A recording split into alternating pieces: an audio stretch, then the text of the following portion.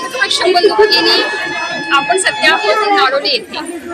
नाडोली जागृत देवस्थान वैष्णव मंदिर येथे आपण पाहतो प्रत्येक वर्षीप्रमाणे इथे जत्रेचा उत्सव सुरू होत आहे. अगदी 12 वाजल्यापासून भाकणूक असेल, भाकणूक नंतर छबिना पार पडला आहे आणि आपल्या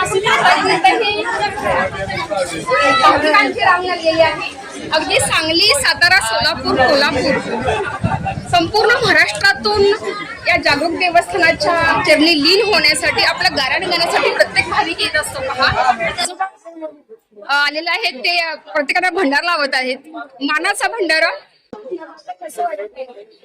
आनंदात वाटते, समाधान वाटते. भंडारा लावतात तर आता 76 वर्ष चालू आहे. 76 वर्ष चालू आहे. आटपाडीवरून आलाय का? काय वाटतंय देवाला एकदम चांगलं वाटतं ना देवाला भेटून. वर्षातून एकदाच येतो इथं आणि खूप छान वाटतं.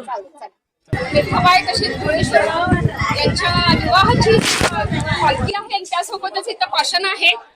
अगदी संपूर्ण पुष्पहार आणि त्यासोबत फळं फुलं भंडाराने भरलेली पालखी आपण पाहताय. काय वाटतंय? मस्त छान मस्त आनंद झालाय. आनंद वाटतो. ती मेथाबाई यांचा हा विवाह सोहळा आणि त्यासोबत आपण पाहताय की भाविकांची रांग लागली. देवाकडे मागणं काय मागाल?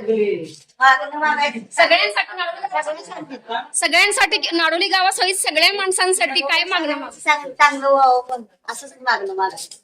इतरही ठिकाणाहून आलेली भाविक परमेश्वराची चरणी लीन होत आहेत. काही जणांचे लग्न ठरलेत. आनंदाची गोष्ट आहे. लग्न ठरले का कोणाचं? कोणाचं लग्न ठरलंय? माझ्या भाचेच आहे. भाषेचं लग्न ठरलं. देवाला कुठे झालं आलंय? काय वाटतंय?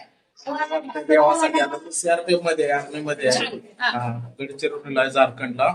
छान. तिथून आपण देवासाठी आलोय. आजोबा जाऊन सुद्धा काय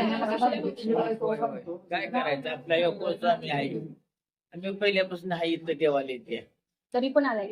सांगण्याची गोष्ट पहा, दुःख बाजूला सोडून 7 महिने झाले आजोबांना जाऊन सुद्धा सुशीला मावशी जातीनं लक्ष घालतायत. मंदिराच्या गाभाऱ्यात बसतात. सांगून आहे जिल्हा सातारा इथून 6 किलोमीटरवर आहे. किती वर्ष दिले? आम्ही आमच्या लहानपणापासूनच आमचं कुलदैवत आहे गोलेश्वर. आम्ही लहानपणापासूनच येतो. आमचे आजोबा वडील आम्ही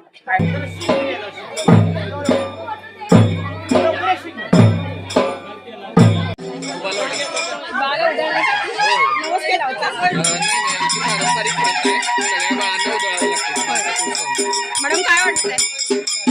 परत बाळ झालं की करावंच लागतंय. प्रथा आहे आमच्याकडे आहे.